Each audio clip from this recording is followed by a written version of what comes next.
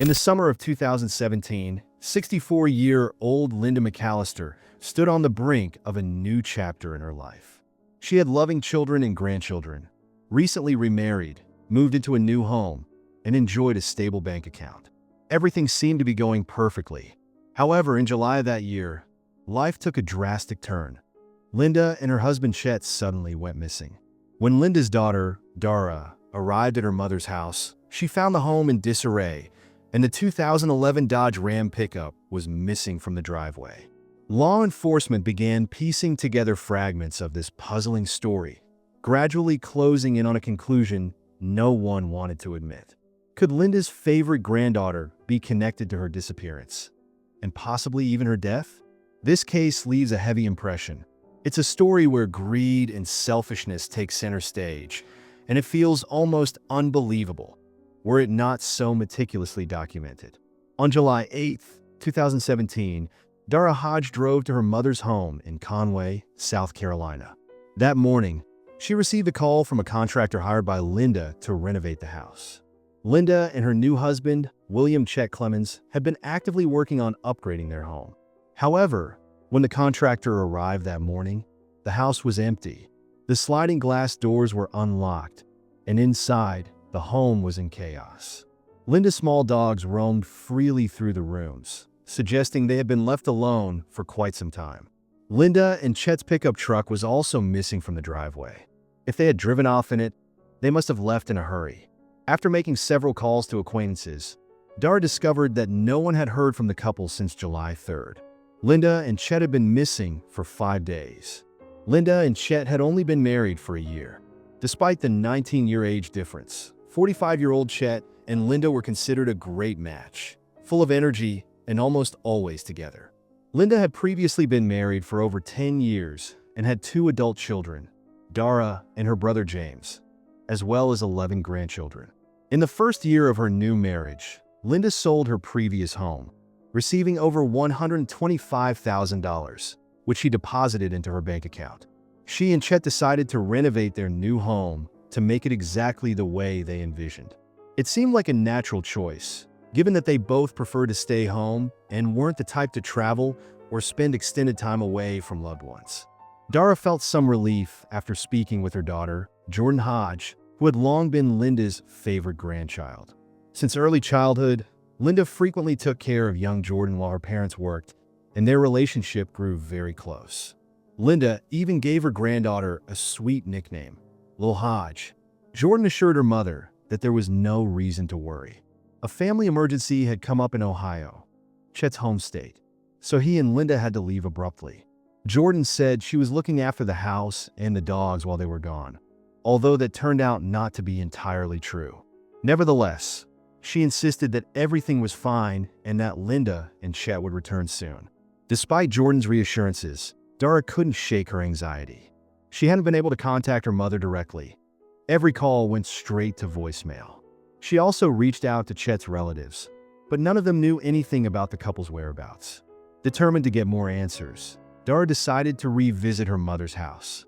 During her first visit, she noticed that the television was on, medication sat on the bathroom shelf, and the rooms were generally messy. However, when she returned a second time, things felt even more unsettling. Items in the house had been moved. A pair of Linda's shoes now sat by the back door, and her wallet, empty of both cash and documents, was lying on the bedside table. In addition, a zippered bag containing important documents and car keys was missing. After these alarming discoveries, Dara immediately reported her mother and stepfather missing to the police. She then drove to her daughter's home, hoping that perhaps Linda had returned from Ohio and gone directly to Jordan's.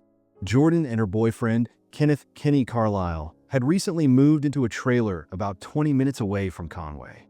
When Dara arrived, she noticed Linda and Chet's blue pickup partially hidden among other vehicles on the property. The police brought both Jordan and Kenny in for questioning at the Horry County Police Department. Jordan claimed that her grandmother had lent her the truck and given her access to both the house and her bank cards to take care of the dogs. However, the couple refused to let officers search the vehicle, saying they had misplaced the keys. Despite this, Jordan continued to insist that there was no reason to be concerned. Linda McAllister was described as a family-oriented woman who strictly followed her daily routines. She was a loving mother and grandmother, living her life according to a well-organized schedule. However, Jordan Hodge had a different perspective. She claimed that her grandmother often acted on impulse, without informing family members about her intentions or plans. Kenny Carlisle also provided his take on Linda's relationship with Chet, alleging that Linda was afraid of her husband. According to Kenny, Chet had a temper. He was anxious, aggressive, and prone to raising his voice, which made Linda feel intimidated and suppressed.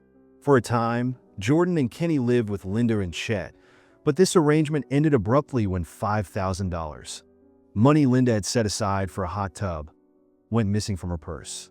Linda was convinced that Kenny had stolen the money. By the time the couple was questioned by the police, Linda and Chet had been missing for 10 days. Investigators focused their efforts on tracking the use of Linda's bank cards. Between July 3rd and July 13th, Jordan and Kenny withdrew and spent over $11,000, primarily at Walmart. Surveillance footage captured them buying not only cleaning supplies, but also luxury items, including drones and gaming consoles. On July 15th, police discovered the remains of Linda and Chet near the Bucksport boat landing. Both had been killed by gunshot wounds to the head. Jordan and Kenny were subsequently arrested and charged with murder. During the trial, Jordan claimed that she had acted under duress and only helped cover up the crime because of Kenny's pressure. However, the court found her guilty, and both she and Kenny were sentenced to life in prison without the possibility of parole. During the investigation, police examined the couple's vehicle and found more than just disarray. Bloodstains were visible on the center console, and new floor mats were found in the truck. Their purpose became clear when investigators recovered the original mats, also stained with blood. Towels inside the vehicle suggested attempts to clean up the crime scene. Beneath the passenger seat, officers found 2.25 caliber shell casings. Further forensic analysis confirmed that the blood belonged to Linda McAllister and William Chet Clemens. Cell phone data indicated that the couple's last known location was Jordan Hodge and Kenny Carlisle's home. As part of the investigation, police searched their residence, hoping to uncover additional evidence. Detective Calder reported that the house was in complete disarray. Inside, they found a two-shot Derringer pistol and a Conway National Bank bag, the same zippered bag that had contained Linda's debit card and car keys. It was hidden in one of the couple's closets. Outside the house, police discovered a burn pit containing objects resembling a mobile phone and a gun holster. Several items in the home appeared to be recent purchases, including a weed trimmer, a PlayStation console, new clothing, drones, and groceries. Detective Calder noted that the house was also packed with food. Bank transactions from the local Walmart provided further insight into where Linda's money had gone. Surveillance footage tracked the couple's every move. Over the course of 10 days, they bought various items, including cheese dip, air conditioners, frozen pizzas, underwear, gaming systems, and hair dye. In addition, they withdrew $100 in cash with each transaction. One particular purchase caught the investigators' attention. At approximately 1:30 a.m. on July 4th, Jordan and Kenny were recorded buying a variety of cleaning products, including bleach. GPS data from the blue pickup truck showed that the couple had gone straight from a car wash to Walmart to purchase these supplies. Before that, the truck had been parked in a wooded area and later moved to another remote location near the Bucksport boat landing. On July 15th, police in Horry County responded to a report of a foul odor in that area. At 6:15 a.m., skeletal remains were found hidden under a bush.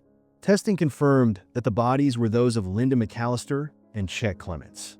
The pathologist determined that both victims had died from gunshot wounds to the head.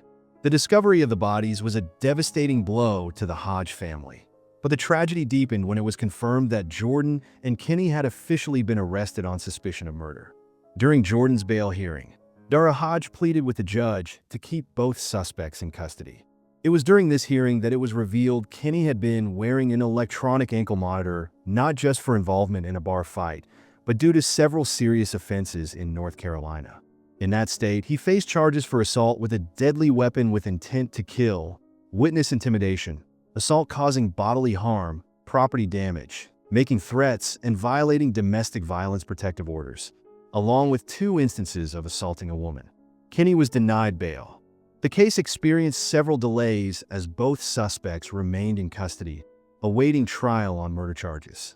Jordan attempted to build her defense by claiming that Kinney had coerced her into participating in the crime. She underwent an evaluation by psychologist Dr. Carissa Christopher. During the evaluation, Jordan admitted that she had been present during the murders, but insisted that she had not pulled the trigger. She claimed that Kinney had pressured her into helping cover up the crime by moving the bodies into the truck. Jordan also mentioned experiencing hallucinations, which she attributed to the stress of the events. However, Dr. Christopher concluded that Jordan Hodge did not suffer from any psychological disorders. In her professional opinion, the hallucinations were likely the result of substance abuse involving drugs and alcohol. The psychologist also testified that Jordan had a rational understanding of the legal proceedings, knew her options, and was capable of working with her attorney. As a result, the judge ruled that Jordan was competent to stand trial. She claimed that Kinney forced her to help cover up the crime and move the bodies into the pickup truck. She also mentioned suffering from hallucinations. However, Dr. Christopher concluded that Jordan did not suffer from any mental disorders. The psychologist believed that Jordan's hallucinations were the result of substance abuse involving drugs and alcohol. Furthermore, the doctor stated that Jordan fully understood the nature of the legal process, knew her rights, and was capable of working with her attorney. The judge ruled that Jordan Hodge was competent to stand trial. One witness, who wished to remain anonymous, testified that he sold 2 guns to Jordan Hodge and Kenny Carlisle in 2017. A .25 caliber gun in May and a .40 caliber gun in July. Detective Calder testified under oath that Linda McAllister and Chet Clemens died from gunshot wounds to the head. However, the weapon used in the crime was never found. Much of the testimony in court focused on the couple's actions following the murders. Surveillance footage showed Jordan and Kenny smiling and acting calmly as they made numerous purchases at Walmart. One of the receipts presented in court showed a total purchase amount of $704.21, with an additional $100 withdrawn in cash. Both defendants declined to testify in their defense. The prosecution's evidence relied on direct findings, such as the analysis of the blood found in the pickup truck and GPS data tracking the vehicle's movements. These direct pieces of evidence were further supported by circumstantial evidence, including the couple's lies to family and police, as well as their excessive shopping spree in the days following Linda and Chet's disappearance. Together, these facts build a strong case for the prosecution. The defense teams argued that there was no conclusive proof identifying who had pulled the trigger. They emphasized that the murder weapon was never recovered. One of the defense attorneys remarked, "Let's say Kenny Carlisle pulled out the gun and shot them. Does that make Jordan Hodge guilty of murder? No, absolutely not. She was innocent when she walked into this courtroom, and she remains innocent unless you, the jury, find her guilty." The prosecutor stressed that the case was based on the principle of the hand of one is the hand of all. This legal doctrine holds that when 2 people act together to commit a crime, both are equally responsible for the actions of the other. The jury, consisting of 8 men and 4 women, deliberated for 90 minutes. Ultimately, they found both Jordan Hodge and Kenny Carlisle guilty of first-degree murder. During the sentencing hearing, Dara Hodge, Jordan's mother, gave an emotional speech about the irreparable loss her family had suffered due to Linda's death. She also expressed the pain of losing her daughter as a result of these events. Kenny refused to speak in his defense, while his mother pleaded with the court for mercy. At the same time, Dara asked the judge to impose the maximum sentence on her 22-year-old daughter. Jordan begged for leniency, but the court was resolute. Both she and Kenny Carlisle were sentenced to life in prison without the possibility of parole. This story serves as a sobering reminder of how destructive greed and toxic relationships can be. The tragedy of Linda McAllister and Chet Clemens reveals that the greatest dangers can come from those closest to us. The betrayal by Jordan, Linda's beloved granddaughter, and her manipulation by Kenny Carlisle demonstrate how trust and family bonds can be shattered by selfishness and poor choices. This case teaches us to cherish those we love and remain vigilant when people with harmful intentions enter our lives, as even the strongest relationships can fall victim to manipulation. If this story resonated with you, be sure to subscribe to my channel so you don't miss more gripping investigative stories. I'd love to hear your thoughts. Leave a comment below and let me know what you think about this tragic and complicated case.